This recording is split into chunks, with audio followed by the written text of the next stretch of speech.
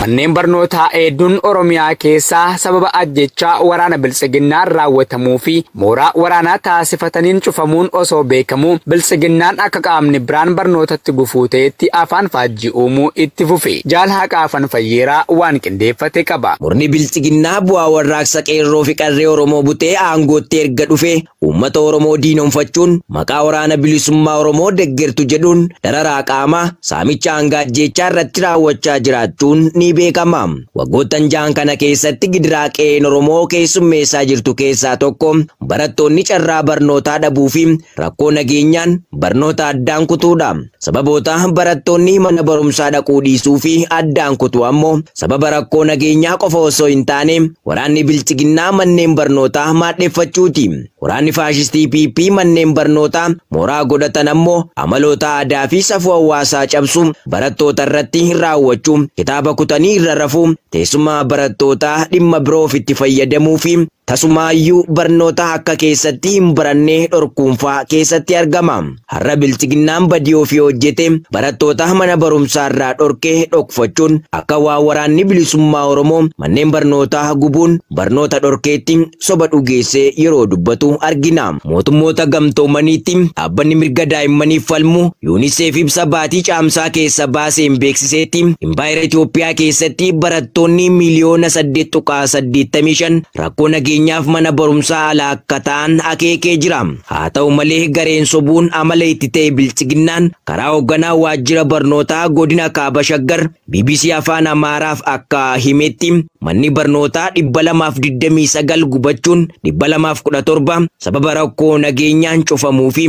barattoonni 67 daree barnootaa irraa hafuu hime. Hoogganaan waajjira barnootaa Biltsiginnaa Obbo Gaashoo Akiliiluu kun rakkoolee waraanni isaanii manneen barnootaa irratti raawwatan qabeenya barnootaa miidhan barattootaa fi barsiisota ajjeesan akkasumas mooraa mana barumsaa mooraa waraanaa taasifachuun yakka keessatti hojjetan hin caqasne. Godina Kaaba Shaggar hoogganaan Biltsiginnaa kun jedhe aanaalee hedduu keessatti barnootni kan hin kennamin hafee fi sababni barattootnis barnoota addaan kutaniif mooraan mana barumsaa mooraa waraanaa ta'uun isaa ijoodha. Inni biraan ajjechaa sababa deeggartootaa fi firoota waraana bilisummaa Oromooti jedhuun raawwatuun maatiin ilmaan isaanii baasii dabalataan magaalaa birootti erguurraan kan ka'edha. Yeroo garaagaraatti gootichi waraana bilisummaa Oromoo lola jabaa waraana faashistii PP mana barumsaa lafa dhaloonni itti qaramu mooraa waraanaa godhatanii ta'an irratti taasisuun injifannoo argateen suur-sagalee daawwachiisaa tureera. Godina Oromiyaa waraanni faashistii PP manneen barnootaa mooraa waraanaa taasifatan keessaa tokko Kaaba Shaggar yoo ta'u aanaalee godinichaa hedduu keessatti woboon waraana PP mooraa mana barumsaa keessatti haleelee buqqisuun kitaaba barataa cirame qorqorroo diigamee fi mooraa mancee injifannoon booda ragaaf daawwachiisaa turuun ni yaadatama. Godina Abbaa Wallaggaa aanaa giddaa ayyaanaatti finxaaleeyyiin Amaaraa namoota lama haala suukanneessaa ta'een ajjeesan. Dabalata isaaf Jaal Guyyoo Jaarsoo. Finxaaleeyyiin Amaaraa gargaarsa ergamtoota Biltsiginnaa jibbiinsa qabsoo Oromoo qabaniin Oromiyaa keessatti funyaaniitti hidhachuun uummata Oromoo qe'eef qabeenya isaarra buqqisuun saamuu manirra gubuu ijjeesuuf hukkaamsanii achi buutee dhabamsiisuun gochoota gara jabinaa hiriyyaan qabnerra raawwataa jiru. Haaluma kanaan godina Wallaggaa giddaa ayyaanaaf finxaaleeyyiin Amaaraa kun namoota lamaan suukanneessa ta'een ajjeesuun ibsamee jira. Guyyaa dheengadda jechuun gaafa 25/2024 finxaaleeyyiin Amaaraa faannoo jechuun of waaman kun daangaa giddaa ayyaanaa gandandoo Dichoo jedhamutti namoota maqaan isaanii Qalbeessa Fayyisaaf Qixxeessa Gichillee jedhaman haal suukanneessa ta'een ajjeesuu jiraattonni gandichaarraatti biyyoolessa Oromiyaa feeran. Akka jiraattonni gandicha himaniin lamaan isaaniiyyuu ergamtoota sirnicha ta'uun inni tokko miliishaa kan ta'eef tokko immoo ittaana bulchaa gandandoo Dichoo ta'uu himuun deddeebiin bakka kana finxaaleeyyiin Amaaraa ergan Biltsiginnaa irraa fudhatanii uummata Oromoof Amaaraa gidduutti akka nagaan hin jiraanne hidhattoota kan fayyadamanii miidhaa dhaqqabsiisaa jiraachuu himan. Sababa rakkoo kanaanis namoonni soda lubbuu isaaniif naannichi gadhiisaa jiraachuu jiraattonni dabaluun ifoomsan. Godina Jimmaa aanaalee adda addaa keessatti ergamtoonni Biltsiginnaa dargaggoota goyyomsuu fi saamicha bifa aaraan eegalan. Dabalata isaaf Jaal Hawwii Imaammuu. Maqaa gosa kaffaltii adda addaa uummatatti dha'uun guyyaa guyyaan saamicha hamaa ta'e irra kan oolan ergamtoonni murna gabroonfataa PP addumatti immoo godina Jimmaa irratti xiyyeeffachuun miidhaa ulfaataa geessisaa jiraachuun ibsameera. Ergamtoonni biltsiginnaa aanaalee fi gandoota ishee hundatti deeggarsa maallaqaa kaffaltii nagahee hin qabne ganda tokkotti akka qarshii 580 kaffalan dirqisiisaa jiraachuun ifoomeera. Kana malees godina Jimmaa hunda keessatti ergamtoonni sirnichaa dargaggoota Oromoo gowwoomsuun muudama fakkeessanii dhimma siyaasaa irratti bobbaasuuf akka saasoo gidda dura qabanitti qarshii dura qabanii dargaggoota hedduu caasaa isaaniitti dabaluuf yaalanis hin milkaa'in jiraachuun baramee jira. Godina Bunnoo Beddellee aanaa Daaboo aannaatti hidhamtoonni Amaaraa uummata Oromoo irratti dhukaasa banuun himame. Bal'ina isaaf Jaal Urgufaa Diina. Yeroo adda addaatti hidhattoonni Amaaraa mootummaa gabroonfataa Piippiin hanga funyaaniitti hidhatan ilmaan Oromoo irratti dararaa hamaa raawwachuu itti fufan. Haaluma kanaan godina Bunnoo Beddellee aanaa Daaboo aanaa ganda Dhiidheessaa bakka addaa Cittuu Safaraa jedhamtutti engadda galgala jechuun hagayya 25/2024 naannoo sa'aatii 3 irratti finxaaleeyyiin Amaaraa dargaggoota Oromoo midhaan eeguuf deemaa jiran irratti dhukaasa banu. Jiraattonni gandichaa ONM'tti himan. Akka jiraattonni kun jedhanitti akka bineensonni midhaan jalaa hin nyaanneef achi bulanii eeguuf kan deeman irratti dhukaasa banuun ari'uu fi akka bineensi midhaan jalaa nyaatu gochuu namoonni itti dhiyeenyaan beekan kun itti dabaluun ibsaniiru. Gochoota finxaaleeyyiin Amaaraa Oromiyaa cufa keessatti ilmaan Oromoo irratti raawwachaa jiran jabaachaa jiraachuu gabaasaa turuun keenya ni yaadatama. Kan dhagaatii jirtan oduu raadiyoo Arraata Biyyoolessa Oromiyaa irraa isiniif darbaa jirudha.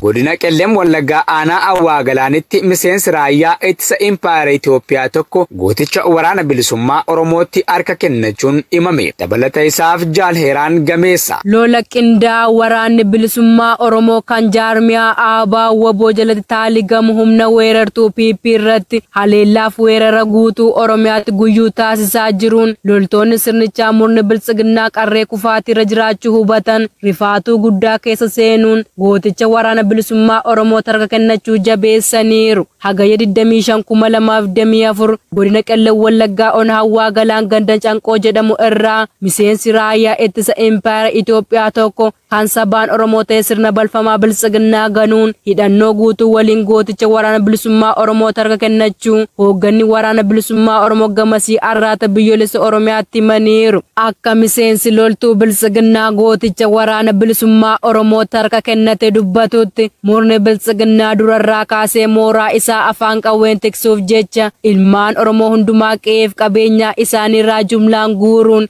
manneen hidhaatti darbachuun boodara dirqii mooraa isaatti geessuun kan leenjisu har'a sirnichi haala kanaan ijaaramuun homaa furmaata akka hin taane hubadheen harka laatadha jechuunis dubbata. Gama meeshaatiinis qawwee aakaamaa tokkoo hidhannoo guutuun akka dhufes barameera. Dabalataanis mooraa murna biltsiginnaa keessatti ilmaan Oromoo mirga dubbachuuf gaaffii gaafachuu kan hin qabne ta'uu himuun ilmaan Oromoo achi keessa jirtan yeroo waraana bilisummaa Oromootti dabalamaa jechuunis dhaamsa isaa dabarfateera. Godina Lixa Shaggar aanaa Adaa Bargaatti hidhamtoonni siyaasaa baatii dheeraaf gaaffii seeraa tokko malee hidhamanii dararamaa jiraachuun himame. Balata isaaf Jaalni Moonaa Fayisaa. Loltoonni biltsiginnaa saboota kan biroo irraa addatti jibbiinsa sanyummaa uummata Oromoof qabatanii akka hojjetan bobbaafaman bakka maratti sabboontota ilmaan Oromoo adamsuun sababa Oromummaa isaanii qofaaf yakkaniidhuun yeroo dheeraaf gaaffii seeraa tokko malee dararuu itti fufanii jiru. Haaluma kanaan hidhamtoonni siyaasaa hedduun godina Lixa Shaggar aanaa Adaa Bargaatti baatii dheeraaf gaaffii seeraa tokko malee hidhamanii iraarfamaa jiraachuu maddeen Arraata Biyyoolessa Oromiyaaf himanii jiru. Aanaa Adaa Bargaa magaalaa Mogor ganda duwwaa tokko irraa namoota maqaan isaanii Ifaa Dalasaa, Baqqalaa Irkoo, Agarii Magarsaa, Seefuu Baqqalaa, Guutamaa Bayechaa, Kabbadaa Ida'ee, Dirribaa Baqqalaa, Iraasuu Abdii, Anbassaa Nugusee, Ijaaraa Dhaabaa, Mulgeetaa Barraa, Dajanee Badhaadhaa, Maammoo fi kanneen biroo hedduu ta'an maqaa woboo waliin hidhata qabduu fi ilmaan keessantuu miseensa wobooti jedhuun baatii dheeraaf hidhamanii dararamaa jiraachuun beekamee jira. Haaluma wal fakkaatuun aanuma kana ganda Dhaqquu Qarsaa jedhamu irraa jiraattota maqaan isaanii Biraanuu Addunyaa, Suyyumee Addunyaa, Badhaadhaa Ejersaa, Magarsaa Hiiqaa, Botee Baayisaa, Baqqalaa Tufaa, Zawudee Girmaa, Baayisaa Magarsaa fi kanneen biroo hedduun maqaan hin eeramne onichatti baatii jaadura hidhamanii gaaffii seeraa tokko malee raarfamaa jiraachuu maddeen keenya dabaluun arraata biyyoolessa Oromiyaatti himanii jiru. Kaaba Shaggar aanaa Darraa keessatti finxaaleeyyiin Amaaraa nama tokko ajjeesuun tokko madeessan. Bal'ina isaaf Jaalguyyoo Jaarso.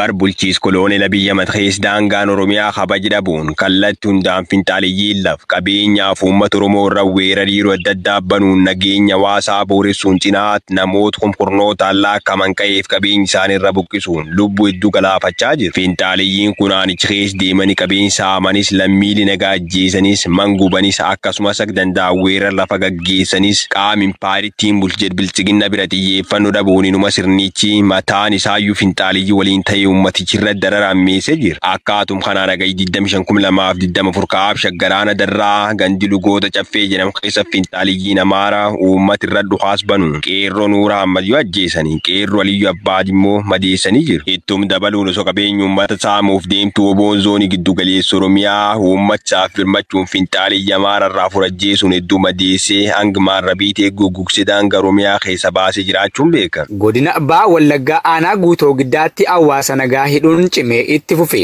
Jaalhawwii Maamud waan qindeeffatte qabdi. Hawaasa irraa dhalataniif kabajaa fi safeeffannaa tokkollee kan hin qabne loltoonni bilchiginnaa bakka deeman maratti uummata Oromoo saalaa fi umriin osoo adda hin qoodin hidhuu saamuu fi hiraarsuu hojii idilee taasifatanii jiraachuun ni beekama. Haaluma kanaan godina Abbaa Wallaggaa aanaa Guutoo Giddaatti jiraattota hidhaatti goruun dararaa jiru. Aanaa Guutoo Giddaa bulchiinsa magaalaa Horroo Loltuu irraa kaleessa gaafa hagayya 25 bara 2024 nama maqaan isaa Asaffaa Guddataa jedhamu waraanni faashistii PP'situ waraanni bilisummaa Oromoo bilbilee nutti waameen rukuchiise jechuun halkan sa'aatii 3tti mana jireenyaa isaa cabsanii seenanii qabanii deemuun mooraa waraanaa magaalichaatti argamutti hidhanii hiraarsaa jiraachuu maddeen arraata biyyoolessa Oromiyaatti himaniiru. Aanichatti dararaa ergamtoota bilchiginnaan hawaasa nagaa irratti raawwatamu akkaan jabaatee itti fufee kan jiru yoo ta'u jiraattonni yeroo hedduu qaama itti iyyatan dhabuun loltoota Abiyyi Ahimad kanneen olaantummaa seeraa kabachiisuuf bobba'an jedhaniin gidiraa hamtuu argaa akka jiran dubbatu.